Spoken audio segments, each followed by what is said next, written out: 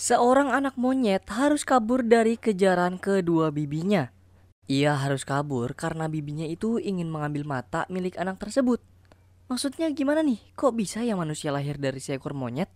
Terus sekejam apa sih bibinya itu? Dan kenapa bibinya itu pengen ngambil mata anak tersebut?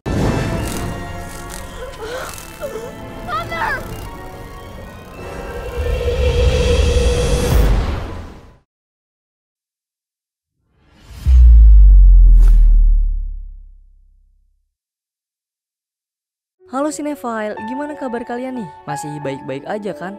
Pada kesempatan ini Movie Rastis mau bawain alur film Kubo and the Two Strings. Buat kalian yang penasaran, gak banyak basa-basi lagi deh, langsung aja yuk Movie Rastis ceritain. Di awal film, kita diperlihatkan seorang ibu-ibu cantik. Nah, ibu ini kita panggil dengan Bu Ratna aja ya biar gampang, yang sedang membelah ganasnya ombak lautan menggunakan gitar ajaib. Namun Bu Ratna nggak memperhatikan nih ombak yang ada di belakangnya. Terus karena hal tersebut, Bu Ratna pun akhirnya tenggelam ditelan ombak sampai terdampar di suatu pantai. Beruntung dirinya masih selamat ketika mendengar suara tangisan keras dari seorang bayi yang bernama Kubo. Selang waktu berlalu, kita diperlihatkan dengan Kubo yang kini telah menjadi anak-anak sedang rebahan mikirin masa depan. Di sana Kubo tinggal di dalam sebuah gua bersama dengan ibunya yang harus ia rawat dengan penuh kasih sayang. Ia juga mengajak ibunya untuk melihat pemandangan di tepi gua, lalu menghiburnya dengan mainan origami yang telah Kubo buat di sana. Akan tetapi Bu Ratna terlihat seperti sedang mengidap suatu penyakit. Soalnya dia cuek banget nih pas dihibur sama anaknya itu. Terus karena ngelihat ibunya yang begitu cuek, akhirnya Kubo menyiapkan barang-barang miliknya lalu pergi menuju pedesaan.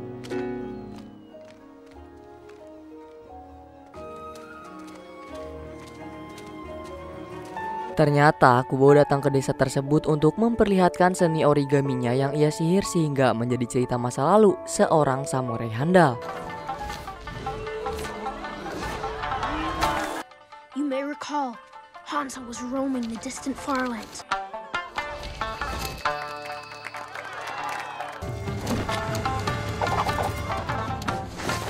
Di sana ia menceritakan perjalanan seorang pesamurai handal bernama Hanzo yang sangat disukai oleh para warga tersebut. Setelah Kubo bercerita pada warga, ia pun lantas kembali pulang ke dalam gua. Dan di sana kita baru diperlihatkan kalau Bu Ratna itu ternyata nggak secuek seperti yang kita lihat saat awal-awal tadi. Tak hanya itu, ternyata cerita origami yang Kubo perlihatkan kepada para warga juga berasal dari cerita ibunya itu.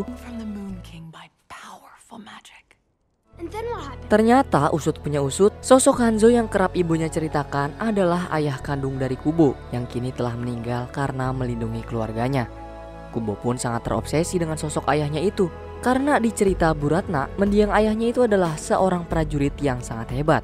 Namun ia harus rela berkorban untuk melindungi Kubo bersama Bu Ratna dari kakek dan saudari ibunya yang sangat jahat bagaikan monster.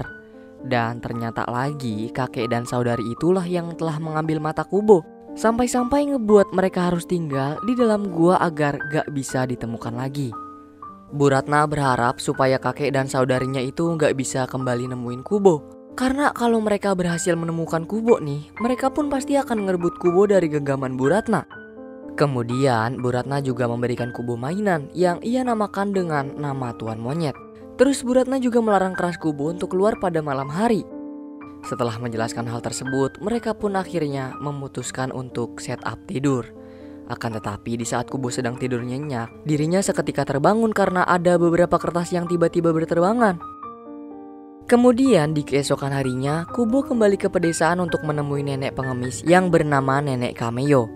Nenek Kameo bercerita kepada Kubo kalau di sana ada sebuah barang bernama lentera dan altar yang bisa Kubo gunakan untuk berkomunikasi dengan orang tercinta yang kini telah meninggalkan kita.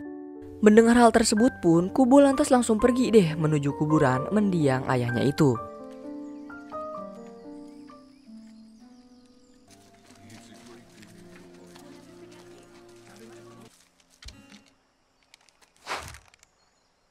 Di sana Kubo bercerita di depan kuburan ayahnya, seakan-akan dirinya sedang mengobrol langsung dengan mendiang ayahnya tersebut. Namun seiring berjalannya waktu, obrolan dari Kubo itu benar-benar gak mendapat jawaban, bahkan sampai petang hari. Dan di saat Kubo sudah mulai pasrah dengan pembuktian barang lentera, ia pun akhirnya memutuskan pergi kembali ke tempat tinggalnya, mengingat sang ibu yang selalu melarang Kubo untuk pergi di malam hari. Akan tetapi nih, di saat Kubo akan kembali pulang menuju gua, tiba-tiba dari seberang sungai muncul dua orang misterius. Dan bisa dipastikan kalau kedua orang tua tersebut adalah saudari Bu Ratna yang ingin menculik Kubo.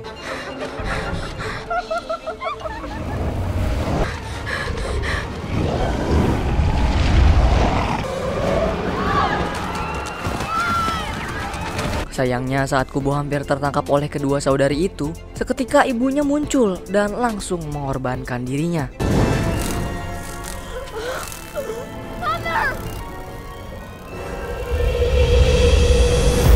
Saat Kubo baru tersadar dari pingsannya, tiba-tiba ia dikejutkan karena berada di negeri Nun bersama monyet yang ibunya berikan sebagai mainan sebelumnya. Di sana monyet mengajak Kubo untuk pergi ke tempat yang aman, karena dirinya memang ditugaskan Bu Ratna agar selalu menjaga anak kesayangannya itu. Hingga pada akhirnya mereka pun sampai di sebuah bangkai paus dan memutuskan untuk beristirahat di sana. Kubo yang tak tahu menahu siapa itu nona monyet lantas langsung melontarkan beberapa pertanyaan kepadanya. Kemudian monyet pun menjelaskan kalau dirinya adalah sebuah jimat kecil yang selalu Kubo bawa sebelumnya. Ia ditugaskan untuk selalu melindungi Kubo dari ancaman kedua saudari Bu Ratna yang berniat akan mengambil mata satunya Kubo. Selain itu, karena saudari Bu Ratna yang tak kenal lelah mencari sosok Kubo, monyet pun menyarankan untuk mencari ketiga senjata Hanzo yang digunakan pada saat dahulu kala. Akan tetapi masalahnya salah satu dari mereka nggak ada yang tahu nih keberadaan senjata tersebut. Terus Kubo secara tiba-tiba menunjukkan sisa-sisa potongan tali yang ia tarik dari kepala ibunya. Monyet pun lantas menjadikan tali itu gelang di tangan Kubo, supaya kelak tali itu menjadi kenangan indah ibunya yang selalu mengikat mereka. Di keesokan hari, monyet pun tiba-tiba membangunkan Kubo dari tidurnya, dikarenakan ia melihat beberapa kertas yang terlipat hingga berbentuk Hanzo. Tak hanya itu, mereka juga mulai mengikuti kertas Hanzo tersebut karena udah nggak tahu lagi nih akan pergi ke arah mana.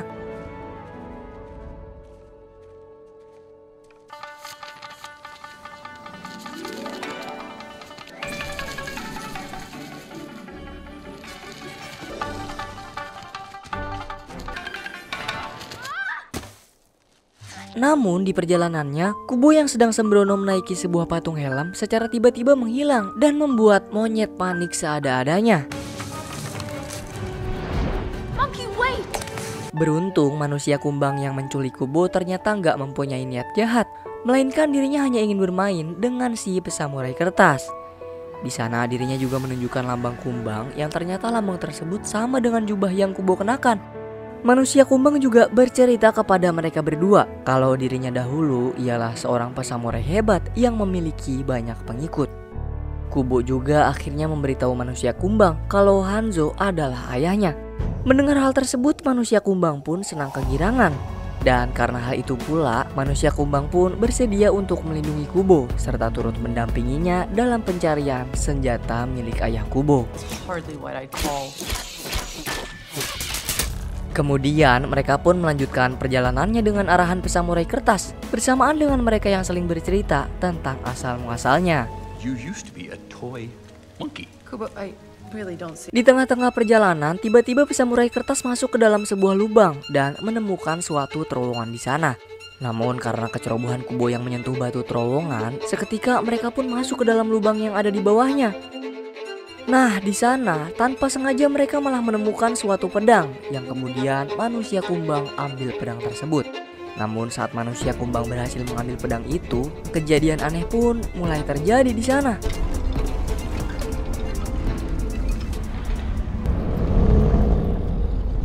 I don't got this. Look! The sword! Ah!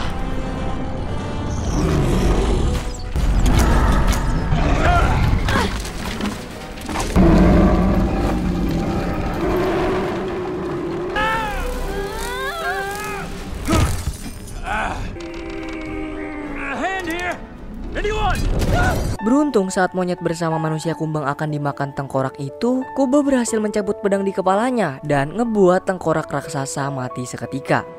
Mereka pun lantas kabur dari reruntuhan tengkorak di sana dan berhasil mengambil pedang legendaris milik peninggalan Hanzo. We got the sword!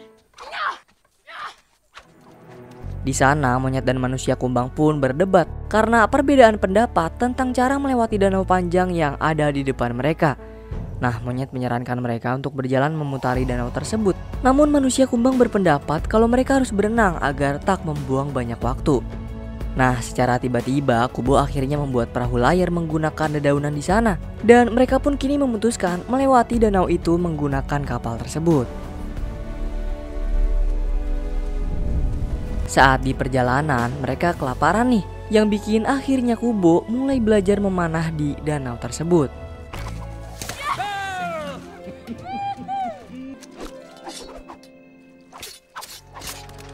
Di saat mereka sedang makan ikan di atas kapal, secara tiba-tiba samurai kertas menunjuk ke bawah danau tersebut yang menandakan kalau senjata kedua itu terdapat di dalam danau itu. Namun sayangnya danau panjang sangat menyeramkan karena nih di dalamnya terdapat monster mata yang dimana monster itu bisa ngebuat makhluk lain jadi terhipnotis dengan kekuatan matanya.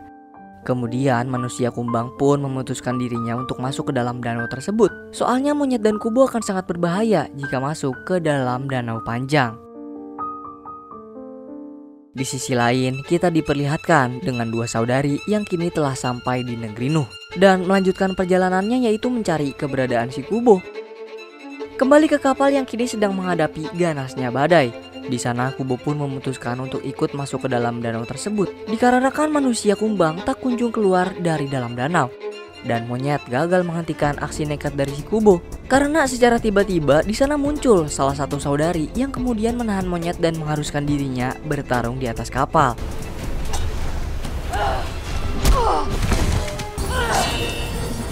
I felt loss only once. Ungrateful coward!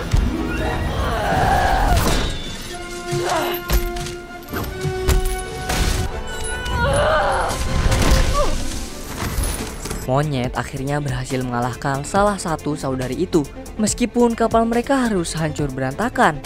Terus di dalam danau panjang, Kubo juga berhasil mendapatkan senjata kedua, yaitu jubah besi peninggalan ayahnya di sana. Akan tetapi dirinya harus terjebak di dalam danau karena efek dari monster tanaman mata yang kini sedang menghipnotisnya di dalam sana. Beruntung saat Kubo akan dimakan hidup-hidup oleh monster tersebut, manusia kumbang datang tepat waktu dan langsung membawa Kubo kembali ke atas kapal. Monyet pun sangat khawatir dengan keadaan Kubo dikarenakan ia tak sadarkan diri meskipun udah dibangunkan berulang kali. Hingga pada akhirnya Kubo pun terbangun dari pingsan bersamaan dengan pecahan kapal tersebut yang mulai menyatu dan membentuk kapal kembali. Kemudian mereka pun mulai menepi dan mencari tempat untuk menghangatkan tubuhnya, sekalian mendengarkan kisah panjang dari perjalanan seekor monyet pada saat dahulu kala. Ternyata monyet dulunya adalah seorang utusan dari Raja Bulan atau kakek Kubo yang diperintahkan turun dari langit bersama saudarinya untuk membunuh banyak prajurit.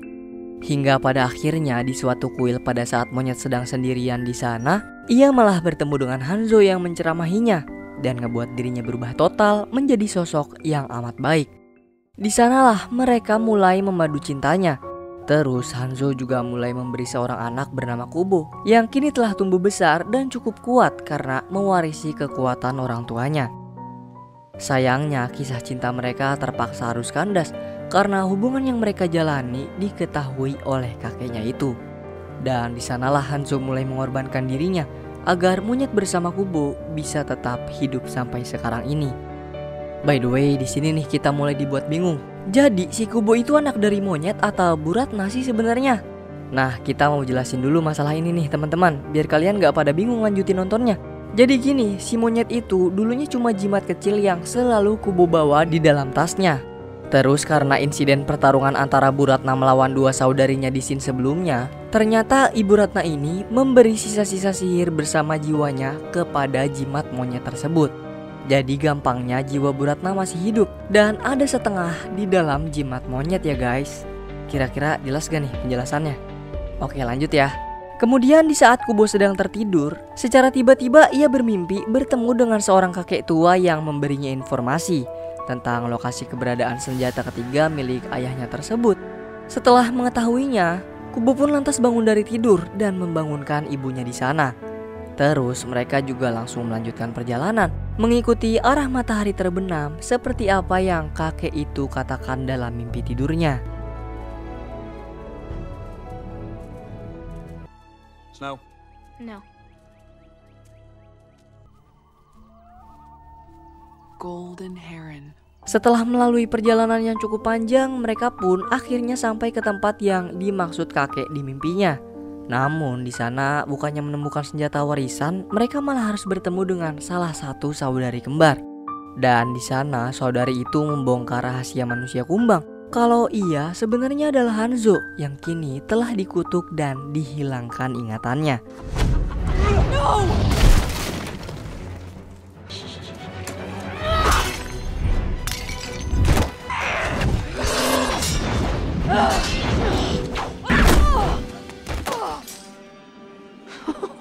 Awalnya saat monyet bersama Kubo udah terpojok karena saudarinya itu, secara tiba-tiba Hanzo pun muncul dan langsung menyingkirkan saudari tersebut. Namun kebahagiaan mereka tak bertahan lama karena saudari itu berhasil bangkit kembali dan langsung menusuk Hanzo di depan anak dan istrinya. Ngeliat dirinya udah gak bisa lagi buat ngelindungin anaknya, lantas ia pun menyuruh Kubo untuk terbang dan meninggalkan mereka di sana. Sayangnya Kubo mengabaikan suruhan ibunya itu dan langsung memainkan gitar ajaibnya persis seperti yang dilakukan ibunya pada saat sebelumnya. Kemudian setelah kejadian tersebut, kedua orang tua Kubo pun resmi mati karena bertarung melawan saudari kembarnya. Bersamaan dengan saudari kembar ibunya yang juga mati karena sihir gitar yang Kubo mainkan sebelumnya. Kubo melanjutkan pencarian senjata terakhirnya sampai ke pedesaan yang sering ia datangi waktu dulu. Di sana Kubo juga bertemu dengan para warga yang lagi bersembunyi nih. Lantas ngelihat hal tersebut, Kubo pun menyuruh mereka pergi karena dirinya akan bertarung melawan Raja Bulan seorang diri. Grandfather! So good to see you at last. So to speak. Di awal, kakek itu berusaha membujuk Kubo dengan alih-alih menunjukkan kebaikannya. Akan tetapi karena mungkin dirasa nggak kuat lagi menahan emosinya, akhirnya si kakek pun mulai menunjukkan sifat asli. Terus berubah menjadi seekor monster, lalu menyerang Kubo secara bertubi-tubi.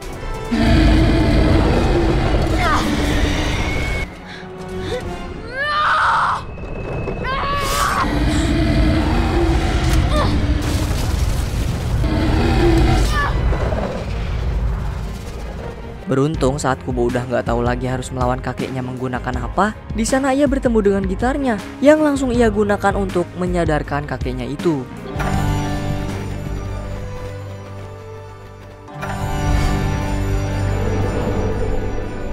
Seketika Kubo berhasil menyadarkan sang kakek dengan membangkitkan kenangan-kenangan indah yang dimiliki oleh orang-orang di sekitarnya. Di sana para warga juga menutupi kejahatan yang udah dibuat oleh kakeknya itu. Nah, saat kakek Kubo menanyakan apa saja yang telah ia perbuat selama ini, ternyata kakek Kubo nggak sadar kalau dirinya telah melakukan banyak kejahatan. Dan beruntungnya para warga bersama Kubo pun bisa memaafkan perbuatan kakeknya tanpa ia ketahui. Para warga pun kini mulai merasa tenang karena udah nggak ada lagi kejahatan yang akan dilakukan oleh sang Raja Bulan. Lalu di keesokan harinya, Kubo pun mulai mencurahkan isi hatinya di depan kuburan orang tuanya menggunakan lentera. Sampai akhirnya Kubo pun berhasil bertemu dengan kedua roh orang tuanya, lalu mengakhiri kisah perjalanan mereka di tepi sungai Lentera yang ada di sana. Dan kemudian film pun selesai.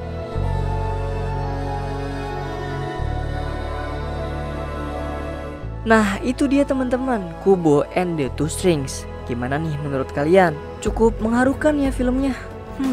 Kalau menurut Movie Rastis nih, film ini seru banget ya. Karena selain perjalanan yang harus kabur dari kejaran bibinya, Kubo juga dipaksa mencari keberadaan senjata milik ayahnya yang telah ia tinggalkan sejak dahulu kala. Dan sisi positif yang kita bisa ambil dari film ini adalah betapa berharganya sosok orang tua kita teman-teman. Contohnya seperti orang tua Kubo tuh, mereka rela berkorban meskipun kematian harus mereka hadapi demi keselamatan dan kebahagiaan anak kesayangannya itu. Selagi orang tua kita ada nih, hargai dan bahagiakanlah ya. Dan buat yang orang tuanya udah nggak ada, tetap doakan mereka. Setuju? Nah, Movie Rastis ngasih skor 8 dari 10 jengkol nih, yang berarti bau buat kamu nikmatin. Kalau kamu sendiri mau ngasih berapa jengkol nih buat film ini? Di komen-komen ya. Dan terakhir, Movie Rastis mau ngucapin banyak terima kasih buat kamu yang udah nonton konten kami. Like video ini jika kalian suka. Kalau ada kritik, saran, atau merequest bisa banget di komen-komen kayak biasa. Pokoknya jaga terus kesehatan dan semoga keberkahan selalu menyertai kita. Salam dari kami untuk kalian semua. Cheerio!